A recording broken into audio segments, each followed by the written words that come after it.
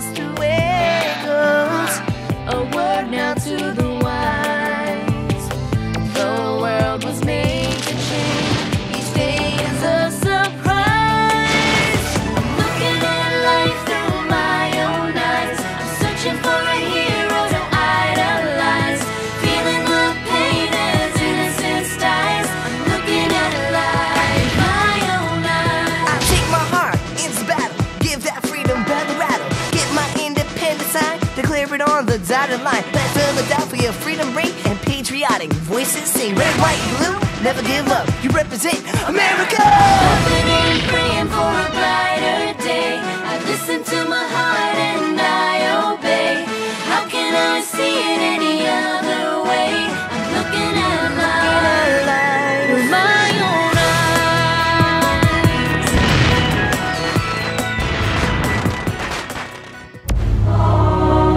Today on Liberty's Kids. We shall have to retreat to keep our army intact. But General, Philadelphia. We'll be lost, I'm afraid. Once news we've occupied Philadelphia reaches France, the French will turn their backs on the rebels for good. Much too vain to fight for a lost cause. Make way for a hero! His bravery won the day! Which eventually led to Gentleman Johnny Burgoyne's surrender at Saratoga. That was a sight to see.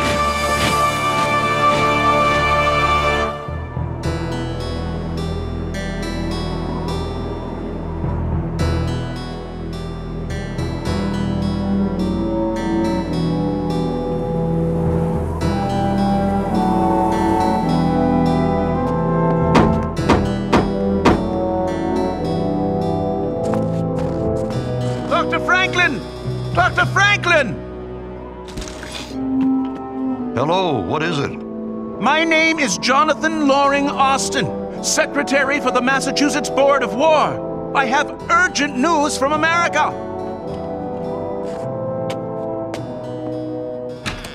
Tell me, Mr. Austin, are the rumors true? Do the British occupy Philadelphia? I'm afraid so. Congress has fled to York. Wait, there's even greater news. The British General Burgoyne has surrendered his army at Saratoga. Come in, Mr. Austin. Christmas has come early this year.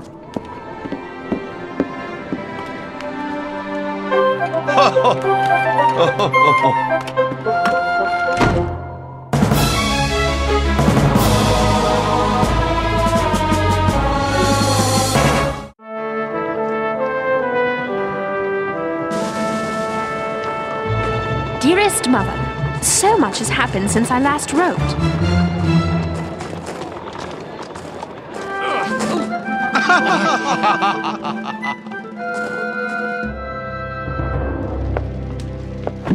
Winter has arrived, and Philadelphia remains occupied by General Howe and his army.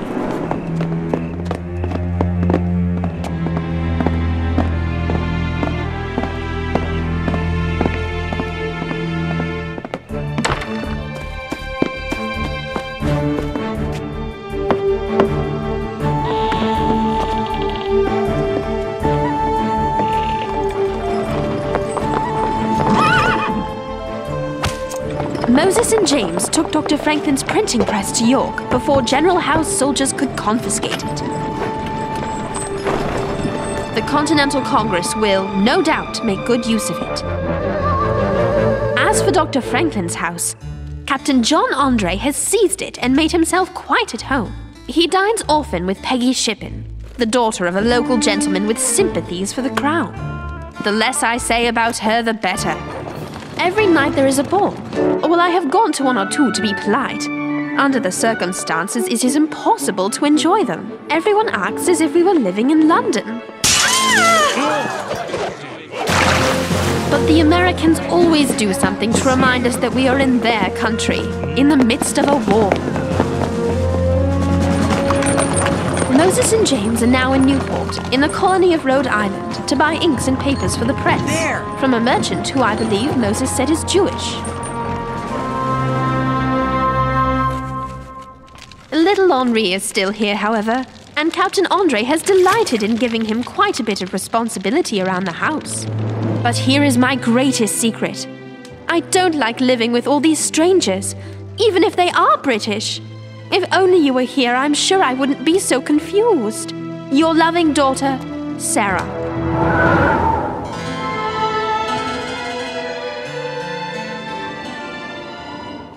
Yes, Ben, you were wise to move out of Paris to this chateau.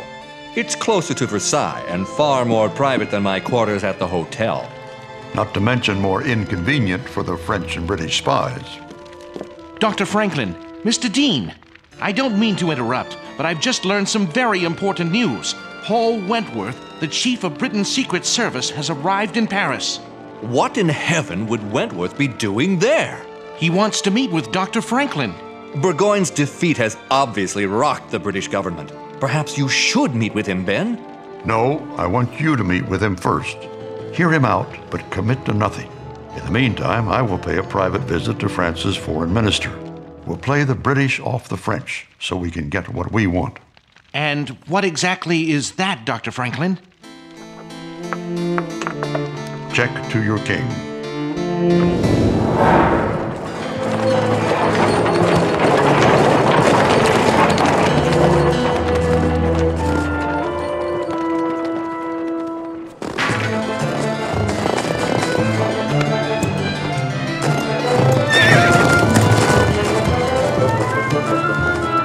It appears we've flushed out a couple of English spies.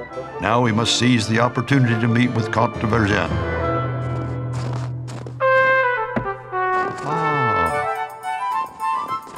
A ship sails for America in 4 days. Have these delivered by messenger. You can count on me, Doctor. Good luck.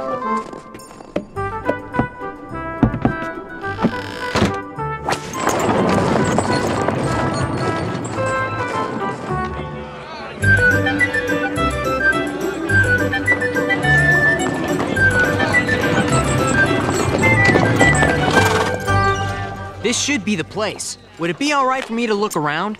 I want to check on the Rhode Island Brigade and see how they're doing against the British. I suppose. There's no point in buying inks and papers if we don't have something to print. I'll check at the State House and come right back here.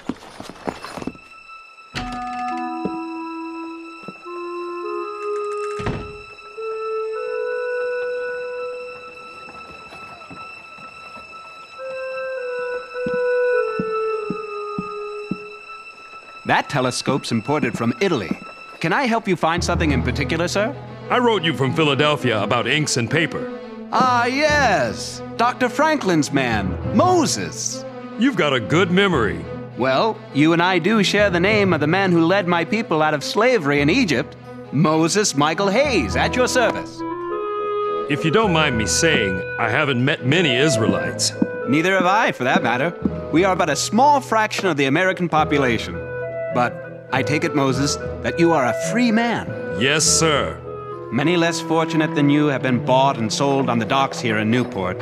Some, I have to admit, by my own people.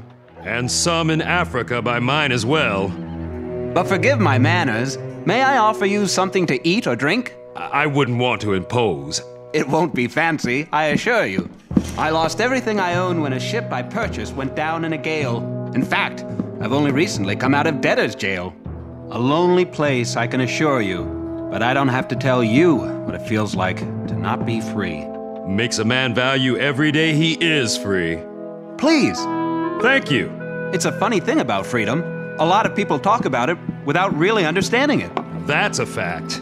I moved here because Rhode Island guaranteed freedom of religion. Well, my people here do have our own temple of worship, but we're still not considered full-fledged citizens.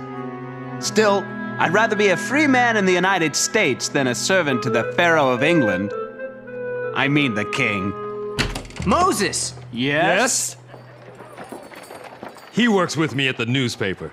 I see. I found out about the Rhode Island Brigade, all right. They sent a list of people they suspect of being Tories to the Rhode Island Assembly. Now, the Assembly has posted a list of suspects that it's demanding take a loyalty test by signing an oath in public. Mr. Hayes, I'm afraid your name is on this list.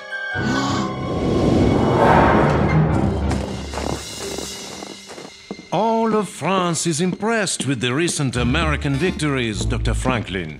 As I've told you before, the United States will win this war. With France at our side, it will take a matter of months, not years. That one looks quite tasty. Of course, that looks good too. Please, Dr. Franklin, take them both. I hate to ask too much of you. France insists. Merci beaucoup.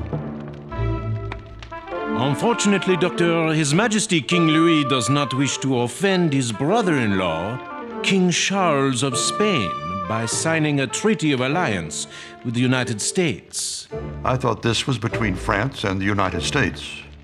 Spain owns a vast amount of land in America. King Charles feels that if you have taken what is England's, then you most certainly will take what is his. And France cannot make any agreement without King Charles' approval. I've been a patient man, and I don't mean to be rude, but given the circumstances... At least stay and finish your pastries. I'm sorry, but suddenly I feel in the mood for some English tea. Au revoir.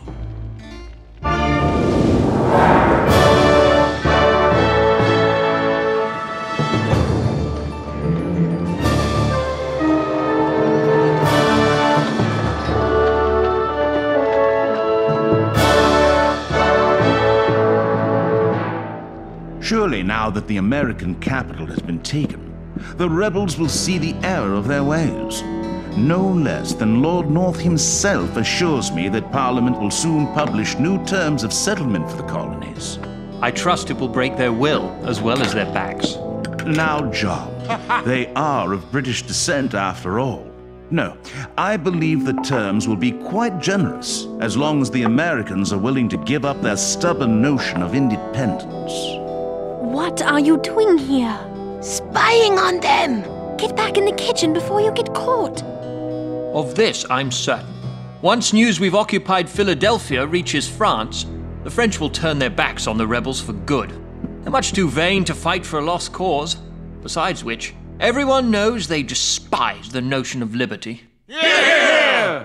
The French will help!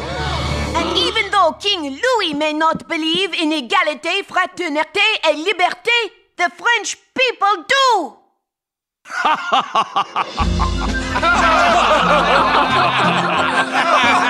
Equality! Brotherhood! Liberty! Hey! Put me down!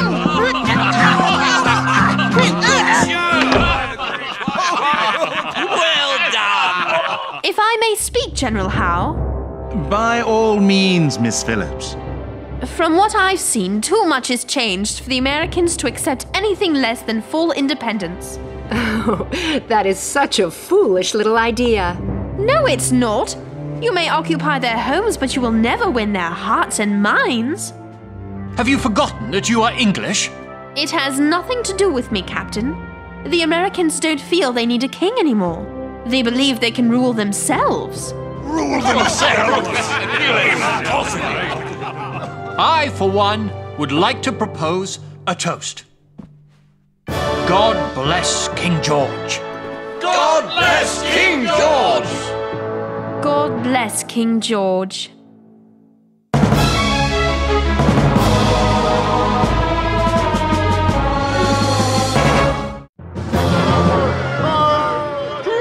Moses Michael Hayes? Yes? What can I do for you? Moses Hayes, you have been summoned to the State House. Take him away! We don't need the likes of you. Traitor! I still don't believe it. The nerve, the gall, the absolute cheek of the British. You asked me to listen to Mr. Wentworth, and I did. But to insult you and me by offering us money and titles in exchange for becoming turncoats? No doubt Count de Vergennes already has heard the details from his spies. This is all going extremely well. Going well? I don't understand. We have fanned the flames between Britain and France. Now it's time for me to meet with Mr. Wentworth. But surely you don't intend to accept his offer? Hardly, but Count de Vergennes won't know that. There they are! Rotten Tories! Look at it! Traitors! here a list of men accused of being disloyal to the patriotic cause of American independence. Read the names! Get the traitors out! We don't want them here! As a representative of the Rhode Island Assembly, I am here today to demand that each and every one of the accused sign a public oath of loyalty to the Revolution. Moses Michael Hayes, step forward. Mr. Hayes, are you ready to sign the oath? I have the right to face my accusers. Who here has any proof of my disloyalty?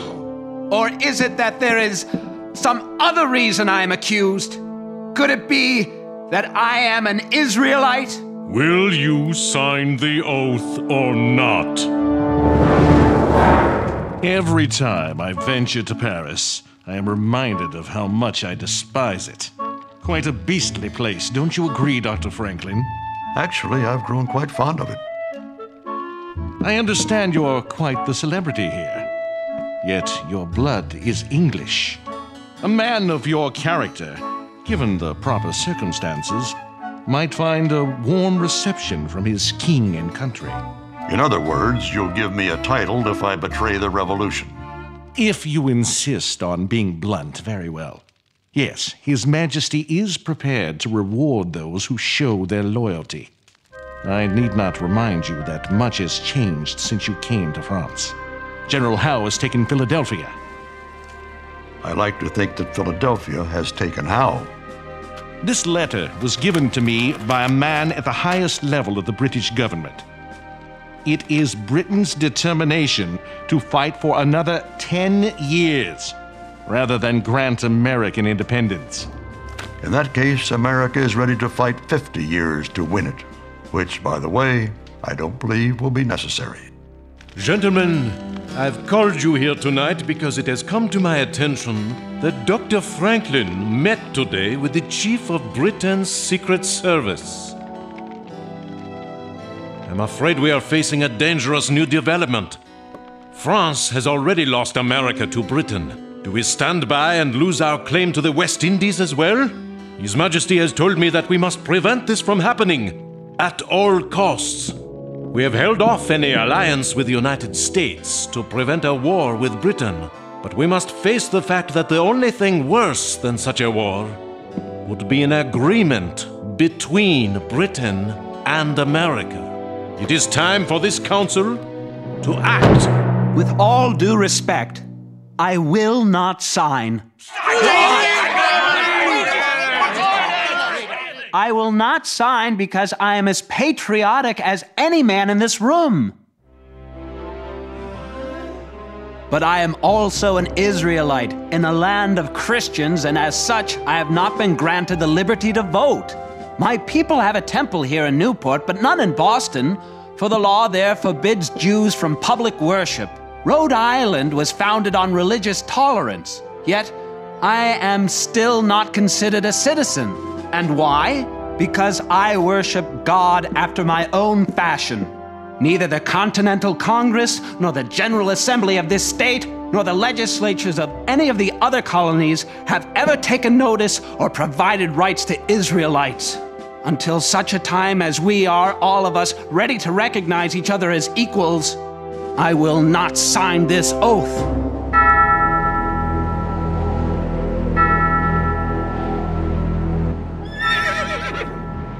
Dr. Franklin's plan was masterfully executed. Comte de Vergennes has signed a treaty of alliance with the United States. King Louis has finally agreed to grant Dr. Franklin an audience. It will mean war between Britain and France. You've given us every single letter Dr. Franklin has written to Congress. Why not just intercept the treaty as well? Even I can't do that. You think Franklin suspects you're a spy? The old man has no idea. It's a secret I shall take to my grave. I believe you will. Here you go, Edward. 500 pounds as promised. God save King George. Mr. Hayes, it's Moses.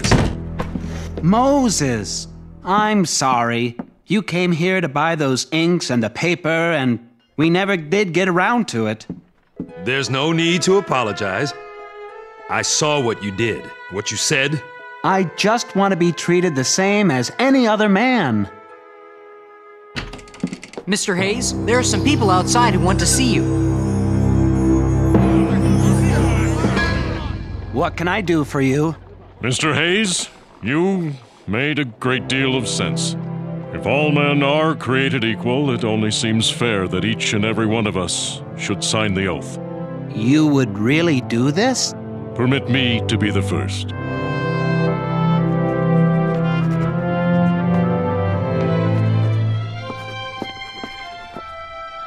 I, Moses Michael Hayes, pledge my loyalty to the United States of America.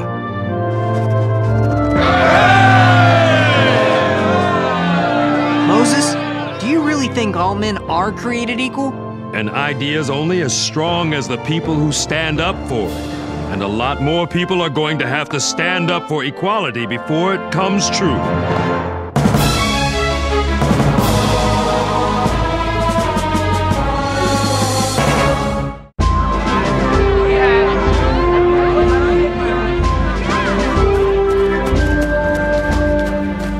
Is it true? Has the treaty from Ponce arrived? Yes, and Richard Henry Lee is about to speak. Gentlemen of Congress, today we must admire the true wisdom and dignity of the court of France. We have worked together, politicians, soldiers, and philosophers, in a true harmony of mutual affection. This happy juncture of time and circumstance has laid the seeds of an eternal friendship. The old lion that is Britain has finally lost its growl, and France, by its openness, has won our friendship more powerfully than any piece of paper could ever bind us. If we have the courage to persevere, we shall establish our liberties and independence. All those in favor of ratifying the treaty, say aye. Aye! The Treaty of Alliance with France is unanimously passed.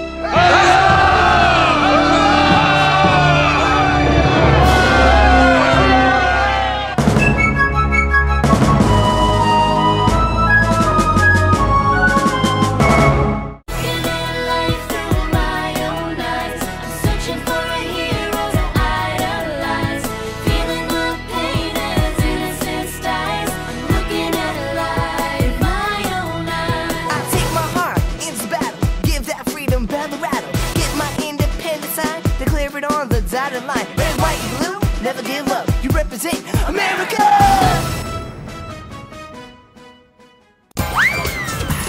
Eat.